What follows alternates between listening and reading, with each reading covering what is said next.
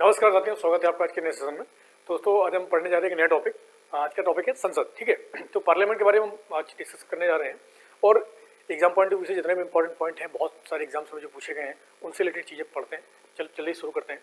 तो ध्यान रखना कि संसद के बारे में कौन से भाग में बताया गया, तो भाग 5 में संसद के बारे में बताया गया और कौन से अनुच्छेद के बीच में, तो 79 से लेकर 122, आर्टिकल 79 से 122 के बारे में संसद के बारे में बताया गया। ठीक है, ध्यान रखना इस चीज़ को।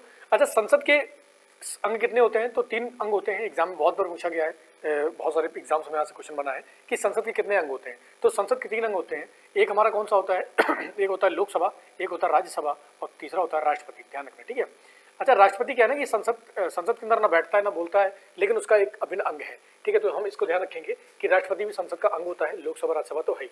अच्छा, सबसे इंपॉर्टेंट चीज़ है कि हम लोग लोकसभा और राज्यसभा के बारे में पूरे जितने भी एग्जाम पॉइंट ऑफ ओरिएंटेड जो क्वेश्चन है उनके बारे में उनको देखते हैं कि एग्जाम में कौन कौन से पॉइंट्स पूछे गए थे एग्जाम में, और यहाँ से आने वाले रिलेटेड एग्जाम्स में भी क्वेश्चन बनेंगे। ठीक है, तो लोकसभा के बारे में सबसे पहले पढ़ते हैं कि लोकसभा में सदस्य कितने हैं प्रेजेंट में, तो 545 सदस्य हैं और टोटल इस समय संख्या वैसे कितने होते हैं, तो 552 सदस्य। ठीक है, तो ध्यान रखना इस चीज़ को। आगे हम बात करते हैं कि लोकसभा जो है ना राज्यों का प्रतिनिधित्व करती है। मतलब लोकसभा में राज्यों से ही लोगों का चुनाव होता है, तो ये राज्यों का प्रतिनिधित्व करती है, इसको ध्यान रखेंगे। ठीक है, राज्यों का प्रतिनिधित्व कौन करता है, तो लोकसभा एग्जाम में आ सकता है। एक चीज और है कि दूसरा पॉइंट है कि 61वां संविधान संशोधन इंपॉर्टेंट है, ध्यान रखना इसको। कि 61वां संविधान संशोधन के द्वारा ही जो मतदान करने की जो उम्र थी वो पहले 21 वर्ष थी, तो मतदान करने की उम्र को 21 वर्ष से घटाकर 18 वर्ष किया गया था किस संविधान संशोधन के द्वारा, तो 61वां संविधान संशोधन 1988 के द्वारा किया गया था, इसको ध्यान रखना है। आगे बात करते हैं संघ राज्य क्षेत्र। देखो, संसद में जो है लोकसभा में संघ राज्य क्षेत्रों के भी लोग लिए जाते हैं। ठीक है, संघ शासित प्रदेशों से भी जो सदस्य वो आते हैं, तो किस अधिनियम के तहत आते हैं, तो राज्य क्षेत्र अधिनियम 1965 में पारित किया गया था। उसके बाद क्या हुआ कि जो यूटीज हैं वगैरह है, तो वहां से भी संसद में सदस्य बैठा करते हैं, तो इसको ध्यान रखेंगे। अच्छा, प्रत्येक जनगणना के बाद संसद में प्रसीमन होता है। मतलब ऐसा होता है ना कि जनगणना के बाद हर 10 साल बाद जनगणना होती है, तो उसमें क्या लोग बढ़ जाते हैं। जब जनसंख्या बढ़ जाती है तो उनके प्रतिनिधित्व करने के लिए भी एक सदस्य होना चाहिए, क्योंकि ज़्यादा जनसंख्या होगी और प्रतिनिधि कम होंगे तो इससे समस्या उत्पन्न हो जाती है। प्रॉपर तरीके से सारी चीज़ें उनके पास मुहैया नहीं हो पाती हैं। तो इसको देखते हुए क्या होता है कि प्रत्येक जनगणना के बाद प्रसीमन किया जाता है। अभी तक कितनी बार हुआ है, तो 4 ही बार हुआ है इसको। ठीक है, ध्यान रखेंगे। कब हुआ था, 1952 में हुआ, तो 1962 में, 1972 में, और लास्ट बार कब हुआ, 2002 में। यहाँ से एग्जाम में बहुत बार क्वेश्चन बना है कि प्रसीमन कितने बार हुआ था, लास्ट प्रसीमन का हुआ था। तो एक चीज़ और ध्यान रखेंगे, 84वां संविधान संशोधन किससे संबंधित 2001 में हुआ था। इसमें यह बोल दिया गया था कि प्रसीमन की जो समय सीमा है उसको 2026 तक बढ़ा दिया गया था कि अब 2026 तक प्रसीमन नहीं किया जाएगा, 2026 के बाद ही प्रसीमन किया जाएगा। तो जो किस संविधान संशोधन द्वारा किया गया था, तो 84 संविधान संशोधन था। आगे हम बात करते हैं कि 27वां संविधान संशोधन 2003 में जो हुआ था वो किससे संबंधित है, कि इसने बोला था कि प्रसीमन जो है वो 2001 की जनगणना के आधार पर किया जाएगा। मतलब इस समय 2011 की जनगणना हम देखते हैं, लेकिन 2021 में जनगणना होनी थी, तो कोरोना की वजह से क्या हुआ कि वो डिले हो गई। तो जब वो डिले हो गई है, तो यहाँ पर क्या बोला गया है कि अभी भी जो प्रसीमन है वो 2003 में बताया गया कि 2001 की जनगणना के आधार पर किया जाएगा। मतलब 2011 नहीं, 2001 की जनगणना के आधार पर किया जाएगा। तो यहाँ से एग्जाम में क्वेश्चन बन जाता है। ठीक है, किस संविधान संशोधन के द्वारा जो प्रसीमन था उसके आधार वर्ष 2001 रखा गया, या इस प्रसीमन का जो आधार वर्ष है समय वो कितना है, 2001 है। तो ये एग्जाम में पॉइंट ऑफ व्यू से बहुत ज़्यादा इंपॉर्टेंट है। और अगला पॉइंट आता है कि एससी और एसटी। तो एससी और एसटी का सीटों का आरक्षण, एससी अनुसूचित जाति और अनुसूचित जनजातियों का सीटों का आरक्षण है किसमें, संसद में। तो कौन से संविधान संशोधन द्वारा, तो शुरुआत में इसको 10 वर्ष के लिए बढ़ाया गया था। शुरुआत में इसको 10 वर्ष के लिए बनाया गया था, लेकिन समय समय पर इसको बार बार बढ़ाते चले गए। तो लास्ट बार अभी हाल में 104वां संविधान संशोधन हुआ है। कौन सा, 104वां, इसको ध्यान रखना है। ये कब हुआ, 2021 में। तो 104वां संविधान संशोधन 2021 में हुआ है, जिसमें कि फिर से 10 साल के लिए क्या हुआ कि फिर से 10 साल के लिए एससी और एसटी के अनुसूचित जनजाति और अनुसूचित जनजाति का आरक्षण बढ़ा दिया गया है। कितने साल के लिए, 10 साल के लिए। तो कौन से संविधान संशोधन द्वारा, 104वां 2021 में हुआ था, इसको ध्यान रखना है। अच्छा, लोकसभा में चुनाव होते हैं वो किस आधार पर होते हैं, जैसे हमने राष्ट्रपति का पढ़ा था, प्रधानमंत्री का पढ़ा था और उपराष्ट्रपति का पढ़ा था, उसी तरीके से लोकसभा सदस्यों का चुनाव किस आधार पर होता है, तो प्रादेशिक प्रतिनिधित्व प्रणाली के द्वारा होता है। तो इसको ध्यान रखेंगे कि एग्जाम में आ जाता है कि लोकसभा के जो सदस्य हैं उनका जो चुनाव होता है किस प्रणाली के आधार पर होता है, तो यह है प्रादेशिक प्रतिनिधित्व प्रणाली के द्वारा इनका निर्वाचन किया जाता है। इसकी अवधि कितने वर्ष की होती है लोकसभा की, तो 5 वर्ष की। देखो, जब नई लोकसभा का गठन होता है तो नई लोकसभा से जब तक वो समाप्ति नहीं होती तो 5 वर्ष की अवधि होती है, ठीक है। लेकिन 5 वर्ष से पहले भी लोकसभा को भंग किया जा सकता है, विघटन किया जा सकता है, या सरकार बहुमत में नहीं गिर जाती तो उससे पहले भी वो खत्म हो सकता है, ठीक है। ध्यान रखेंगे। तो अब अगला पॉइंट है कि अहर्ताएं और निरर्हताओं मतलब योग्यताओं के बारे में, किस लोकसभा में कौन सदस्य बन सकता है, किस आधार पर उसको हटाया जा सकता है, इसके बारे में जनप्रतिनिधि, तो जनप्रतिनिधि अधिनियम है 1951, उसमें पूरी तरीके से इसके बारे में बताया गया है। तो एग्जाम में बहुत बार पूछा गया है कि जनप्रतिनिधि अधिनियम जो है कब आया था, तो 1951 में आया था, इसको ध्यान रखना। तो उसमें लोकसभा के सदस्य होने की जो काबिलियत है और नाकाबिलियत है उसके बारे में बताया गया, ठीक है। अच्छा, दल बदल, मान लीजिए एक पार्टी है XYZ, एक्स पार्टी है, तो एक्स पार्टी से कोई इंसान चुनाव लड़ता है और लड़ने के बाद वो जीत जाता है, जीतने के बाद वो वाई पार्टी में चला जाता है, तो उसे क्या बोलेंगे, दल बदल लेना। तो इसके आधार पर, दल बदल के आधार पर जो निरर्हताएं होती हैं कि अगर आपने एक पार्टी से चुनाव लड़ा, उस पर आप जीत गए, फिर आपने पार्टी बदल ली, तो उस पर आपके दल बदल के आधार पर जो मुकदमा है वगैरह, जो काबिलियत है उसको देखा जाएगा और इसके बाद आपको उस पद से हटाया जा सकता है। तो दल बदल के आधार पर निरर्हता किस सूची में दिया गया, 10वीं अनुसूची में इसके बारे में दिया गया है कि अगर आपने जिस पार्टी से चुनाव लड़ा है उसमें जीतने के बाद उसको हटा, वहाँ से चले गए आप या उसको छोड़ दिया, तो आप सदस्य नहीं रहेंगे, आपको बर्खास्त किया जा सकता है, ठीक है। इस चीज को ध्यान रखेंगे।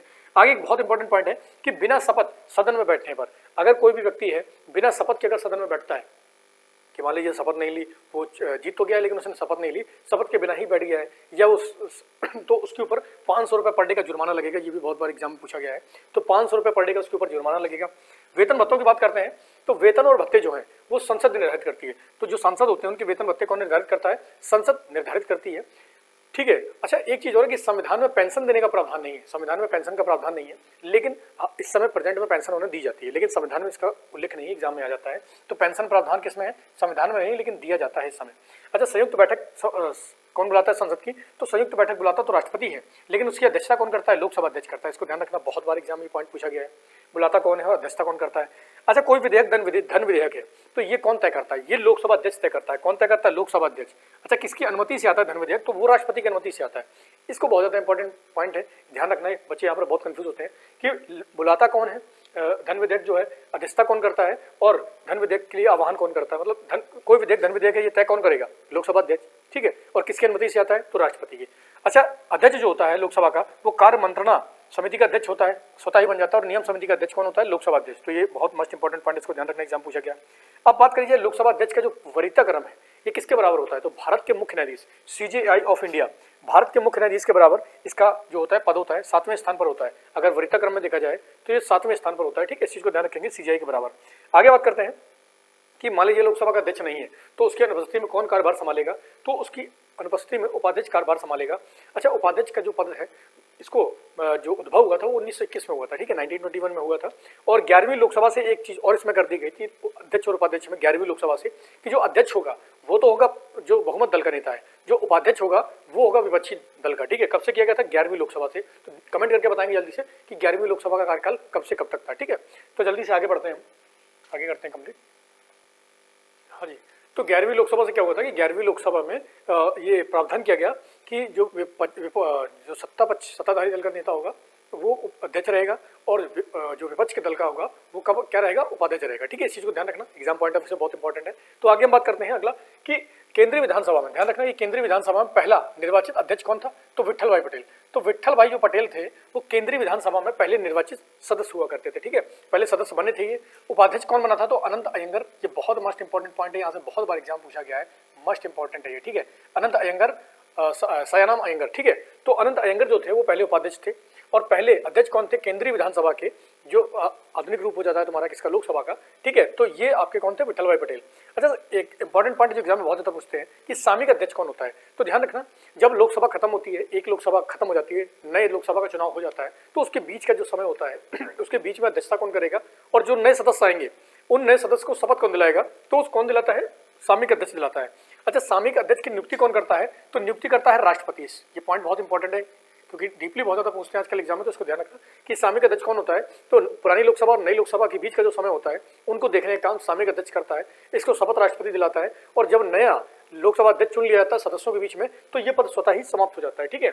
आगे बात करते हैं कि विपक्ष के नेता को मान्यता कब मिली, बहुत बार एग्जाम में पूछा गया, 1965 में। तो पहली बार विपक्ष के नेता को मान्यता कब मिली थी, 1965 में। लेमडेक सत्र क्या होता है, ध्यान रखना, लेमडेक सत्र वो सत्र होते हैं कि देखो जब पुरानी लोकसभा और नई लोकसभा के बीच का समय होता है, और नई लोकसभा में जो नई लोकसभा बनती है उसमें जो पुराने सदस्य हैं वो नहीं चुने वो नहीं निर्वाचित हो पाते हैं, मतलब वो जीत नहीं पाते हैं, तो उसे बोलते हैं लैम्डेक। तो लैम्डेक सत्र एग्जाम में बहुत ज़्यादा एग्जाम में कभी कभी डाल देते हैं, डीपली पॉइंट है इसलिए कि लैम्डेक सत्र क्या होता है। तो लैम्डेक सत्र वही होता है जो पुरानी लोकसभा से नई लोकसभा में निर्वाचित सदस्य नहीं हो पाए हैं, तो उनकी बैठक को ही हम लैम्डेक बोलते हैं, ठीक है। अब संसद के सत्रों की बात करते हैं तो सबसे 3 सत्र होते हैं, बजट सत्र, मानसून सत्र और शीतकालीन, सबको पता होगा। बजट सत्र फरवरी से मई में, और मानसून कब होता है, जुलाई से सितंबर में, और शीतकालीन नवंबर से दिसंबर।